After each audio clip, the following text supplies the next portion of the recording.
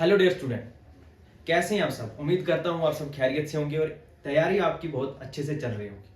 वो स्टूडेंट जिनको लग रहा है कि इंग्लिश जो है उनसे अच्छे से प्रिपेयर इंग्लिश को वो नहीं कर पाए, है ना। मेनली मैं बात कर रहा हूँ मेडिकल स्टूडेंट जो साइंस स्ट्रीम के, नॉन मेडिकल या मेडिकल की, क्योंकि वो इंग्लिश को इग्नोर करते रहते हैं। उनके ऊपर बर्डन होता है बेचारों पे केमिस्ट्री, फिजिक्स, बायोलॉजी या मैथमेटिक्स का। तो वो सोचते हैं कि हम एंड में कर लेंगे, इंग्लिश एंड में कर लेंगे। और आज जो है इंग्लिश का एग्जाम होने जा रहा है, तो वो आज थोड़ा सा पैनिक फील कर रहे हैं कि क्या करें, कैसे करें। तो उनके लिए ये मोस्ट इंपॉर्टेंट है और इंपॉर्टेंट टॉपिक बताऊंगा जिनमें आपके मार्क्स जो है वो अच्छे से आ जाएंगे, आपके जो इंग्लिश के पेपर की टेंशन नहीं रहेगी। देखो, मैं आपके लिए कुछ मोस्ट इंपॉर्टेंट टॉपिक बताऊंगा आपको कि जिसमें जेके बॉस जो है वो बार बार क्वेश्चन पूछते हैं। देखो, इसमें देखिए, अगर तो पहले हम ये देखेंगे कि किस सेक्शन में से कितने मार्क्स आएंगे और कौन सा सेक्शन जो आपको जो सिक्योर है उसमें उतने कम फोकस करना और कौन से सेक्शन पे ज्यादा फोकस करना। देखो, सबसे पहले रीडिंग कंप्रीहेंशन, और उसके बाद इसमें देखिए 20 मार्क्स। इसमें एक नोट मेकिंग वगैरह आ जाएगा, समराइजिंग वगैरह करना है पैराग्राफ पैसेज का, और दूसरा आ जाएगा कंप्रीहेंशन, बताऊंगा कैसे आएगा। उसके बाद राइटिंग स्किल, ग्रामर, और उसके बाद लिटरेचर। देखो, सबसे पहले मैं कहूंगा इस सेक्शन को अभी आज छोड़ दो, ये आप कर लोगे, जितना मर्जी इस पे एफर्ट लगा लो। थोड़ा सा देख लेना कि नोट मेकिंग करनी कैसे है, समराइज कैसे करेंगे, उसका टाइटल कैसे देंगे, तो मैं आपको बता दूंगा इसमें। बाकी इसको छोड़ दो। ये 20 मार्क्स में से एवरेज स्टूडेंट पे 15 मार्क्स ले लेता है इसमें, ठीक। ये आपके मिल जाएंगे, अच्छे मार्क्स इसमें मिल जाएंगे। राइटिंग स्किल पे थोड़ा सा फोकस करना है, और लिटरेचर के वही टॉपिक जो आप बताऊंगा और राइटिंग स्किल के भी वही टॉपिक जो मैं बताऊंगा, इससे ज्यादा आपको नहीं करने हैं। अदरवाइज आपका जो पेपर होगा भी, होने वाला है अच्छा, वो भी खराब कर जाओगे। तो जो बता रहा हूं उसी पे उनको ही रिवाइज करें और अच्छे से तैयारी करें। देखो, सबसे पहले हम देख लेंगे पैटर्न, एग्जाम पैटर्न, फिर उसके बाद मैं आपको बताऊंगा। सबसे पहले देखो, रीडिंग कंप्रीहेंशन में 2 पैसेज आते हैं आपको। 2 पैसेज में आपको क्या करना है, देखो, पहला जो आएगा अनसीन पैसेज, उसमें आपको क्या करना है, कि जो आपको पैसेज दिया होगा उसमें आपने सबसे पहले क्या करना है, नोट मेकिंग जो बताया जाएगा। नोट मेकिंग में क्या करते हैं, आपने क्लास में पढ़ा होगा। सबसे पहले हम क्या करते हैं, उसका टाइटल लिखते हैं, ठीक है। टाइटल के बाद उसका सब टाइटल लिखते हैं, सब टॉप जो टाइटल वगैरह होता है वो लिखते हैं। उसके बाद समराइजिंग करनी है, समरी उसको लिखनी है। समरी कैसे लिखनी है कि जो आपको पैसेज भी दिया है उसको क्या करना है, आपने उसको अपने वर्ड्स में, सिंपल वर्ड्स में, उसको एक शॉर्ट पैराग्राफ में, सिंगल पैराग्राफ में आपने लिखना होता है, वो होता है समराइजिंग। नोट मेकिंग में क्या होता है, आपको सबसे पहले क्या करना है, पैसेज को एक बार पढ़ना है, जनरल रीडिंग देनी है। जनरल रीडिंग से आपने क्या करना है, मेन पॉइंट जो वो देखने के पैसेज किस टॉपिक पे बात कर रहे हैं। उसके बाद फिर आपने जो है सेकंड रीडिंग देनी है। सेकंड रीडिंग में क्या करना है, आपने इंपॉर्टेंट वर्ड जो होंगे उनको क्या करना है, अंडरलाइन करना है। इंपॉर्टेंट सेंटेंस, या फॉर एग्जांपल क्लाइमेट चेंज के बारे में पूछ रहा है तो ऊपर वो डायरेक्ट क्लाइमेट चेंज नहीं लिख के देगा, उसके कुछ कंसिक्वेंसेस देगा, उसके कुछ काजेस देगा कि क्या है, तो उसके बेस पे आपने समझना है। उसके बाद समराइजिंग मैंने बता दी, समरी कैसे लिखना है, और समरी का टाइटल, और ये टाइटल जो आप दोगे ये 1 मार्क्स का होगा। और टाइटल कैसे देना है, ब्रीफ देना है, शॉर्ट देना है। मिनिमम में मान के चलो कि 2 वर्ड्स का, और मैक्सिमम 4 वर्ड्स का, इससे ज्यादा जो है वो टाइटल नहीं लिखना होता है। उसके बाद ये 10 मार्क्स से अगर कोई स्टूडेंट अच्छे से करके जाएगा, जिसने इस पे प्रैक्टिस की है, अगर नहीं भी है तो फिर भी मैं कह रहा हूं कि आपके 8 मार्क्स जो एवरेज स्टूडेंट भी ले लेगा। उसके बाद ये तो बिल्कुल इजी है। इसमें आपको कैसे क्वेश्चन आएगा, पूरा पैसेज आपको क्या होगा, पढ़ना होगा, रीड करना होगा। उसके बाद कुछ एमसीक्यू टाइप भी होंगे, ब्लैंक्स भी दी जाएंगी, एमसीक्यू टाइप भी देंगी। ये देखो, field of MCQs, true false, ये सारे क्वेश्चन आएंगे, यस नो टाइप के क्वेश्चन आएंगे। फिर उसके बाद क्या क्या, इंटरप्रिटेशन, कुछ क्वेश्चन इंटरप्रिटेशन के बेस पे भी आ जाएंगे, कि जो ऊपर जो आपको दिया है उसके बेस पे कोई क्वेश्चन पूछ लिया जाएगा। इन्फरेंस वगैरह और वोकैबुलरी, एंटोनियम, सिनोनिम्स, ये भी पूछ लेंगे। हो सकता है 1-2 क्वेश्चन ग्रामर के भी पूछ लेंगे। ग्रामर के कैसे पूछ लेंगे, कि वो पार्ट्स ऑफ स्पीच पूछ लेंगे किसी भी वर्ड का, कि इसके पार्ट्स ऑफ स्पीच बता दो, ये एडजेक्टिव है, नाउन है, क्या है। तो वो बिल्कुल इजी होता है। मान के चलो कि मैं कह रहा हूं ना, इसमें से 10 में से 10 मार्क्स आप ले सकते हैं, अच्छे से ले सकते हैं। अगर कोई जिसका रीडिंग स्किल जो अच्छा नहीं है तो वो भी इसमें से 8 मार्क्स ले सकते हैं। उसके बाद बात करें हम ये, तो देखो राइटिंग स्किल में क्या है। राइटिंग स्किल में आपको लिखना होता है, देखो इसमें क्या है, आपको एक तो लेटर राइटिंग में ये मैं बता रहा हूं, उसमें और भी बहुत सारे मैं बता रहा हूं, इंपॉर्टेंट कौन सा है। लेटर राइटिंग मोस्ट इंपॉर्टेंट है। लेटर राइटिंग में से एक क्वेश्चन आएगा ही आएगा। इसमें आपको आता है फॉर्मल लेटर, जिसमें कंप्लेंट लेटर वगैरह लिखना होता है। उसके बाद आप पढ़ के जाना एडवर्टीजमेंट, ये क्वेश्चन जरूर आएगा एडवर्टीजमेंट का, ठीक। और इन्विटेशन को स्किप करना आप, क्योंकि इन्विटेशन और एडवर्टीजमेंट आर में आ जाता है क्वेश्चन, उनमें से कोई एक करना होता है। स्पीच राइटिंग को भी आप स्किप कर सकते हैं। तो ये दो जो है ये मोस्ट इंपॉर्टेंट, इनमें से क्वेश्चन पूछे जाएंगे। देखो इसमें क्या कहा है कि लेटर राइटिंग पे क्वेश्चन होगा, चाहे वो बिजनेस हो, ऑफिशियल लेटर हो, ठीक है, ये इंक्वायरीज, रजिस्टरिंग, कंप्लेंट वगैरह आपको लिखनी होती है। तो ये फॉर्म लेटर आपने पढ़ के जाना है। कितने मार्क्स का होता है जी? 6 मार्क्स। 6 मार्क्स में भी स्टूडेंट क्या गलती करते हैं कि वो सोचते हैं हम बॉडी में जो उसका होता है पैराग्राफ वो अच्छे से लिखेंगे, मार्क्स आ जाएंगे। तो आपने फोकस करना है जो लेटर राइटिंग का जो फॉर्मेट होता है उस पे। देखो एड्रेस 1 मार्क्स का होगा, इसमें सैल्यूटेशन जो लिखते हैं जैसे रिस्पेक्टेड सर, वो कितने का होगा? 1 मार्क्स का। बॉडी जो आप लिखते हो ना, मेन कंटेंट जो उसका होता है वो 3 मार्क्स का होता है। इसमें आपने 3 पैराग्राफ लिखने होते हैं। First paragraph introduction, second main content और थर्ड कंक्लूजन। उसके बाद क्लोजिंग जिसमें आप लिखते हो योर्स फेथफुली, योर्स सिंसियरली।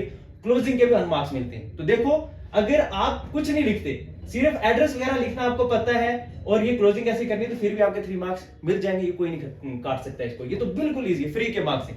और थोड़ा बहुत भी अगर आप लिखोगे तो 1 और 2 मार्क्स देने पे एग्जामिनर मजबूर हो जाता है, वो दे देगा मार्क्स। ठीक, क्या करना है आपको, क्या करना है, इसके जो है ना फॉरवर्ड पढ़ लेना है। मैं इसी वीडियो के नीचे जो है ना क्या कर दूंगा, डिस्क्रिप्शन में लिंक डाल दूंगा, वहां से लेटर राइटिंग और मैसेज राइटिंग, नोटिस राइटिंग जो उसके क्वेश्चन पढ़ लेना, फॉर्मेट वगैरह देख लेना। ठीक, उसके बाद है आपको क्या आएगा, article writing, debate writing, speech writing, ये सब। अच्छा देखो आपने इसमें क्या करना है, पहले इसमें इन्विटेशन मैंने उसमें बोला ऊपर कि नहीं करना है, तो आपको एडवर्टीजमेंट प्रिपेयर करना है, उसका पैटर्न देखना है, बिल्कुल आसान होता है, सिंपल होता है। उसके बाद आपने स्पीच राइटिंग को भी स्किप करना है, डिबेट को भी स्किप करना है, मोस्ट इंपॉर्टेंट है, ये जरूर आएगा, मोस्ट इंपॉर्टेंट। उसके बाद नेक्स्ट जो है वो है आपका ग्रामर वाला सेक्शन। ग्रामर में 8 मार्क्स के ग्रामर की जो वेटेज है कितने की है, 8 मार्क्स।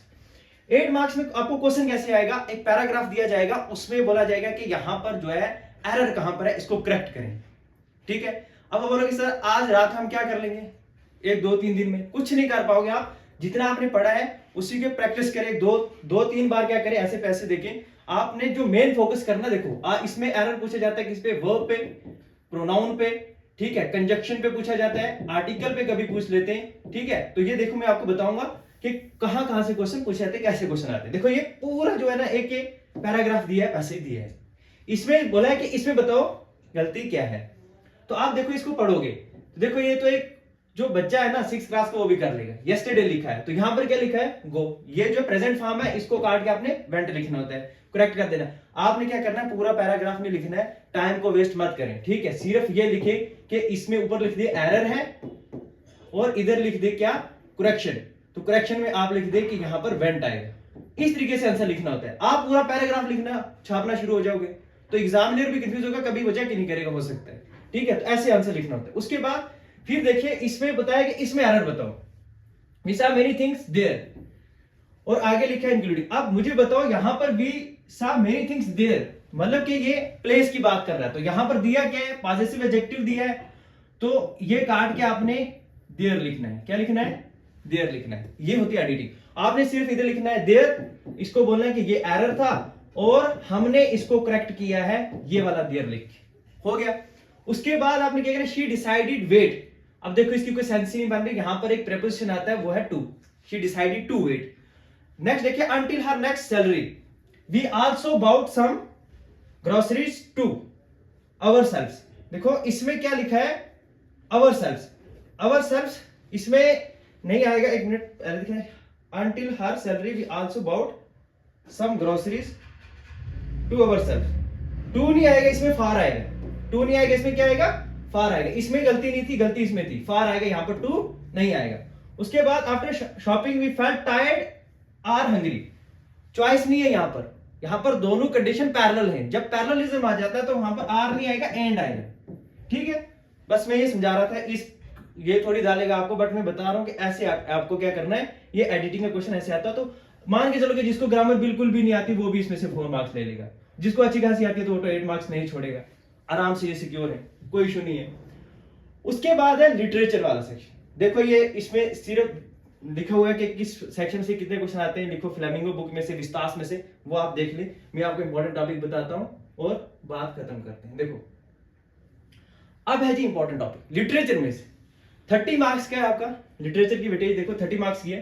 सबसे पहले इंपॉर्टेंट टॉपिक जो है वो लास्ट लेसन का। किसका है, लास्ट लेसन का। लास्ट लेसन में आपने क्या करना है, इसमें प्रिपेयर करना है आपको क्वेश्चन कैसे आएंगे। देखो आप बोलोगे सर कोई क्वेश्चन बता दो स्पेसिफिक, अगर जैसे पॉलिटिकल साइंस हिस्ट्री का होता तो मैं बता देता कि ये क्वेश्चन आ सकता है।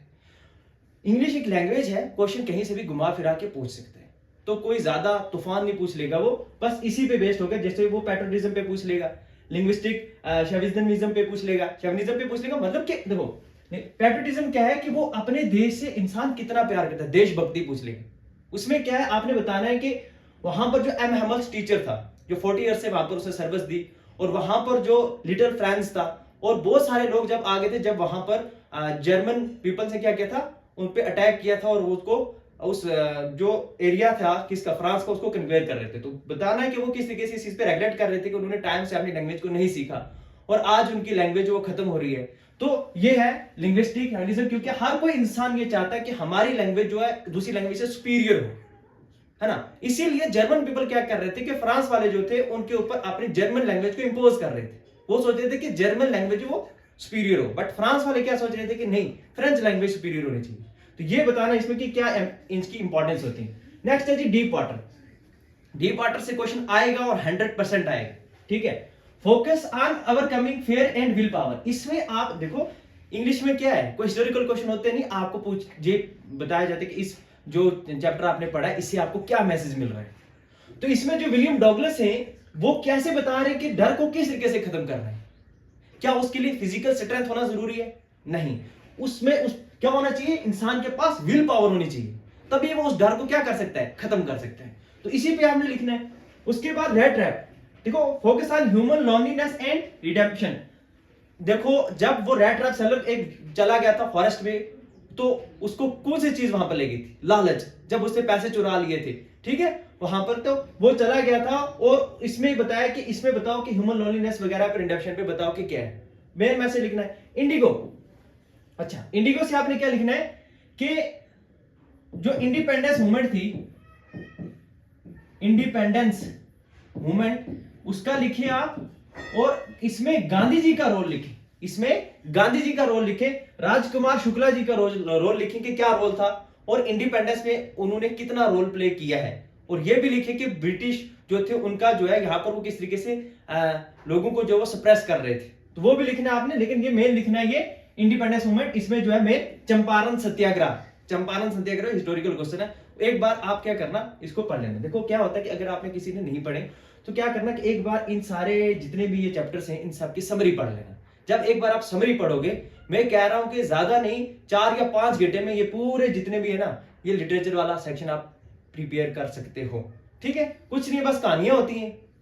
उसके बाद क्या है, गोइंग प्लेसेस। इसमें बताना है focus on adolescent day dreaming. देखो इसमें बताया कि वो जो सूफी, वो जो लड़की होती है, अभी वो 12th पास नहीं करती तो वो सोच रही है पता नहीं मैं क्या कर लूंगी, कि क्या कुछ अचीव कर लूंगी। और उन दोनों फ्रेंड्स को जॉब मिल रही होती है एक बिस्किट फैक्ट्री में, है ना। उतनी उनकी औकात नहीं होती, घर के उतने हालात उसके अच्छे नहीं होते, बट उसके सपने बहुत ज्यादा ऊंचे सपने होते हैं उसके, और ऊपर से वो झूठ वगैरह भी बोलती है, डैनी कैसी वगैरह का। तो देखो ये सारी चीजें इसमें बताना है कि जो एडोलेसेंट एज होती है इसमें इंसान कितना ज्यादा क्या क्या सपने देखता है, क्या नहीं करता, ठीक। टाइगर किंग, टाइगर किंग जो है इसमें आपने बताना है उसमें जो टाइगर किंग था उससे कितने सारे जो वो टाइगर्स को क्या किया था, मारा था, ठीक है, किस चीज के लिए, कि मैं हमेशा के लिए जिंदा रहूं। इसमें बताना है कि डेथ के रिलेटेड बताना है कि वो क्या है, इनएविटेबल है, जो भी चीजें वो सारी इसमें पढ़ के जाना। नेक्स्ट है द इनेमी।